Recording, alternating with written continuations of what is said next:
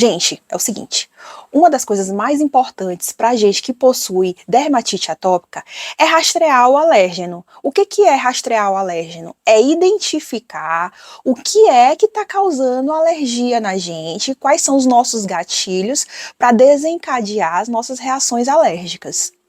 Em 2020, eu criei para mim, não foi orientação de ninguém, um diário de dermatite.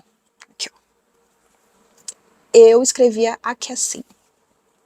Fiz um diário de dermatite, onde diariamente eu colocava nesse diário o que eu comia, o que eu tinha passado na minha pele, qual conduta eu tinha tomado naquele dia, como eu estava me sentindo, coisas atípicas que eu fazia no meu dia a dia, isso é muito bom, tecidos novos que eu utilizava, então eu fiz um diário muito completo. Fazer esse diário também ajudou, quando eu fui fazer a minha consulta com o meu imunologista, dar informações necessárias para que ele pudesse me ajudar também.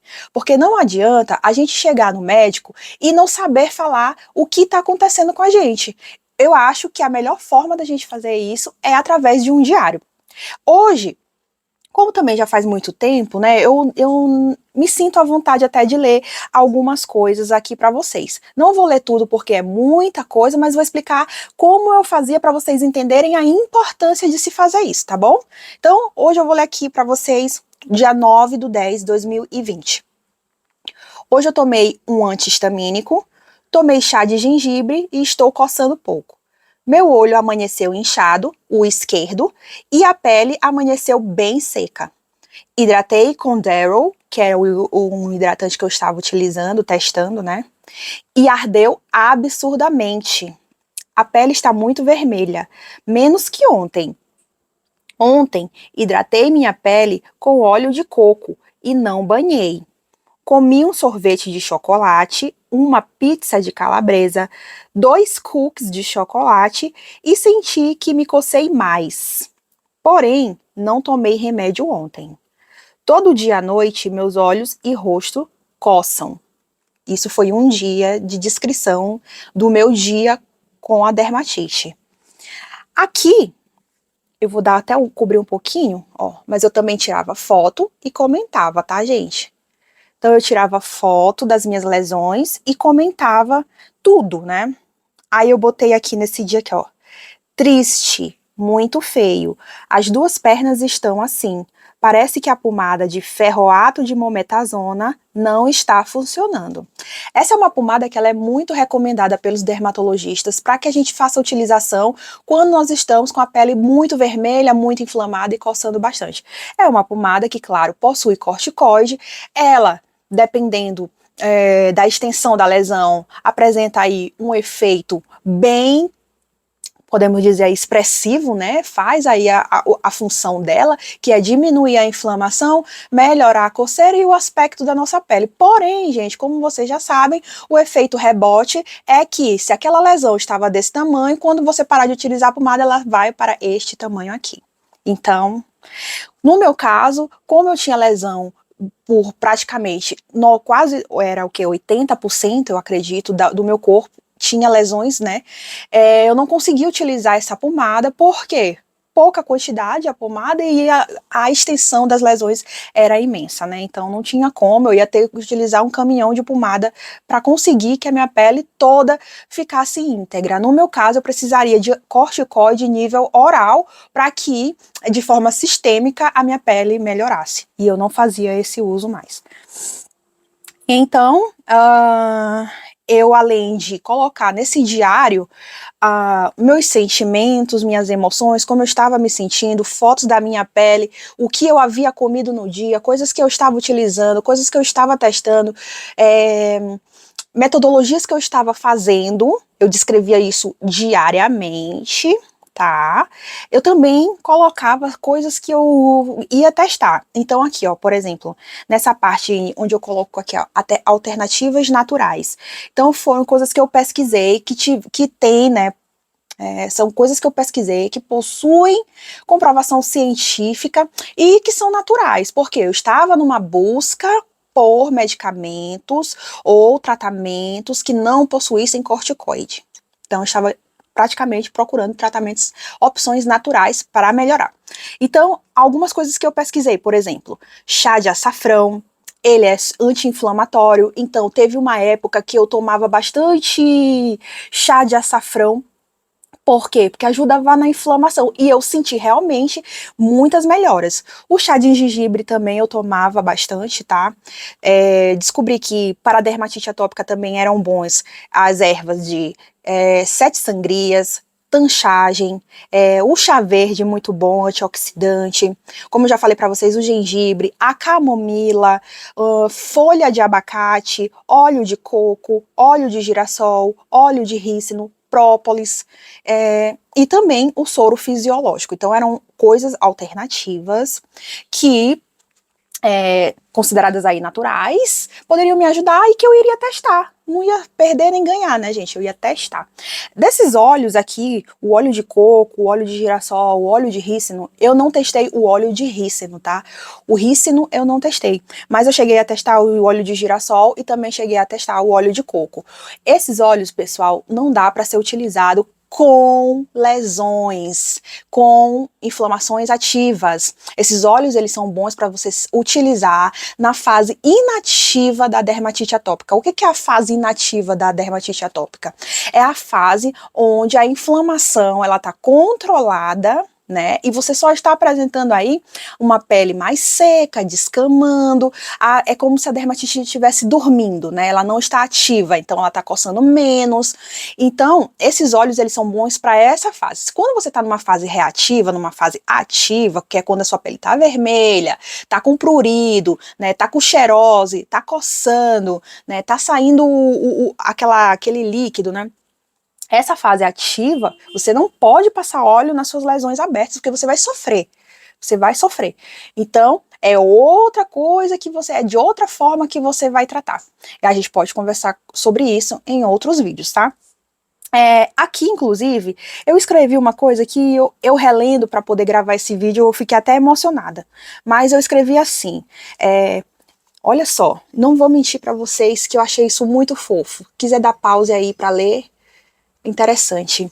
Mas eu disse assim, eu prometo que se eu encontrar solução para dermatite atópica, eu vou divulgar de graça e nunca vou cobrar pelas receitas. Nunca. Coloquei aqui, ó.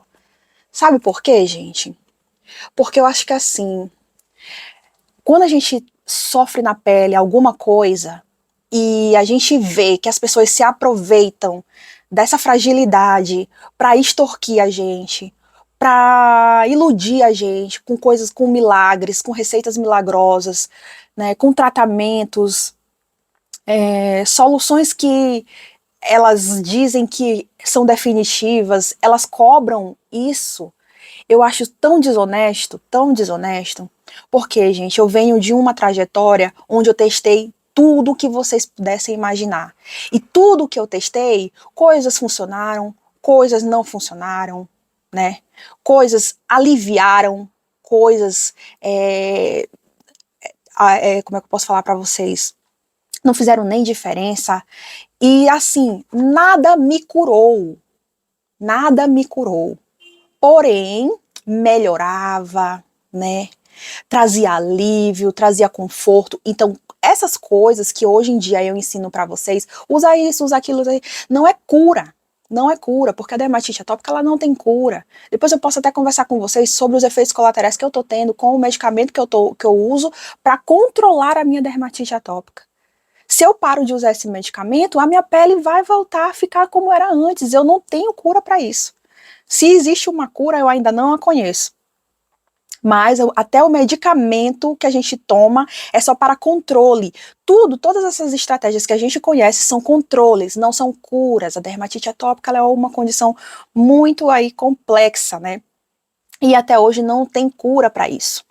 Então, assim, pessoal, como eu estava falando para vocês, a importância de ter um diário é extrema. Vocês podem perceber. Criem pastas dos meses, né? criem pastas onde vocês colocam fotos das lesões de vocês, para vocês verem, nessa estação do ano aqui eu pioro, nessa estação do ano aqui eu melhoro, se eu tomo banho de mar, eu fico dessa forma, se eu tomo banho de piscina, eu fico dessa forma. Se vocês não se conhecerem, vocês não vão conseguir se ajudar. Eu vou ler só mais uma coisa aqui que eu achei muito interessante e eu queria comentar para vocês. Aqui, por exemplo, eu falo, no dia 11/10, como eu disse para vocês, eu fazia diariamente, tá? Então, aqui pulei um dia, né? Falei, comi pizza no jantar de ontem e no almoço de hoje. Tive uma pequena crise após tomar banho e passar o óleo de coco. Corri e tomei um antialérgico. Ontem tomei 2. Estou preocupada que realmente a alimentação seja meu pior vilão nessa doença. Estou bebendo pouca água e isso pode não ser bom. Vou tentar beber 2 litros todo dia. Aí no dia 11 eu comentei, hoje tomei leite desnatado no café, comi pão com manteiga, uma maçã e um punhado de cereal crunch. Estou coçando um pouco, tomei um antialérgico antes do café. Minha pele, apesar de tudo, está melhor e menos ferida. Vou tomar 300 ml de chá de cúrcuma agora.